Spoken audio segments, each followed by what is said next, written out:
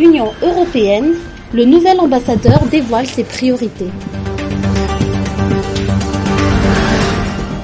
Donner un apport au renforcement de la démocratie malagasy et au développement du pays, tels sont les défis pour le nouvel ambassadeur de l'Union européenne à Madagascar, son Excellence M. Giovanni Di Girolamo. En cette période préélectorale, le renforcement de la démocratie est indispensable selon ses dires. On vient d'envoyer ici la mission d'observation électorale. Donc, eux sont chargés d'observer les élections, mais aussi la phase avant les élections, la phase préélectorale. Donc, dimanche, ils nous diront la façon comme ils vont travailler. Et c'était la raison pour laquelle je vous invite aussi à venir à la conférence de presse de dimanche. En même temps, il y a eu une audit de l'Organisation internationale de la francophonie sur le fichier électoral qui a dit que dans l'ensemble, si j'ai bien compris, le fichier est correct et qu'il y aura que les élections peuvent avoir lieu sur cette base. Et on fait quelques remarques, mais en principe, donc c'est déjà un bon signe. Ce que je veux dire que dans ces processus, en tenant compte de l'histoire récente de Madagascar, il y a eu des élections problématiques dans les élections précédentes, on a quand même un respect de la Constitution quand le président Eri a donné sa démission. Donc on a apprécié ça parce qu'il a respecté la Constitution malgache. La création la position d'un président intérim, qui aussi c'est dans le respect de la loi. Il y a eu avant la formation d'un gouvernement d'unité nationale qui regroupe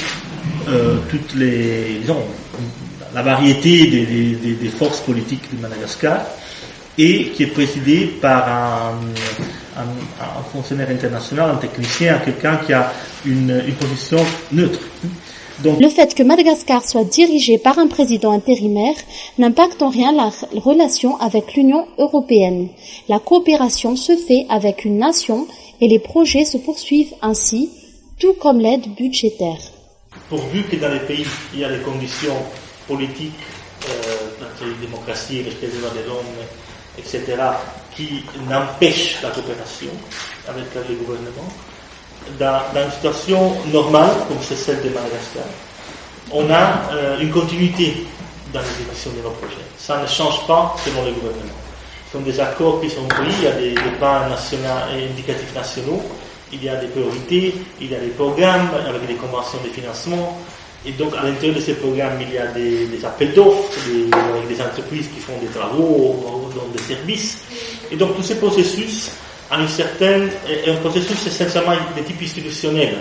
On n'est pas lié à ces présidents ou aux présidents ou à ces gouvernements et autres gouvernements.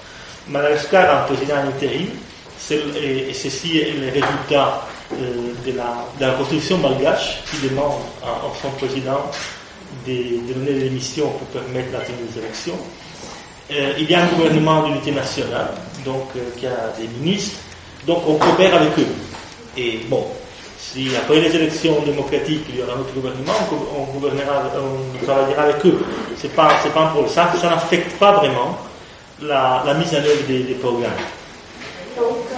Les 60 années de coopération entre l'Union européenne et Madagascar se basent sur 3 piliers, notamment la gouvernance et le renforcement institutionnel, le développement rural ainsi que les infrastructures.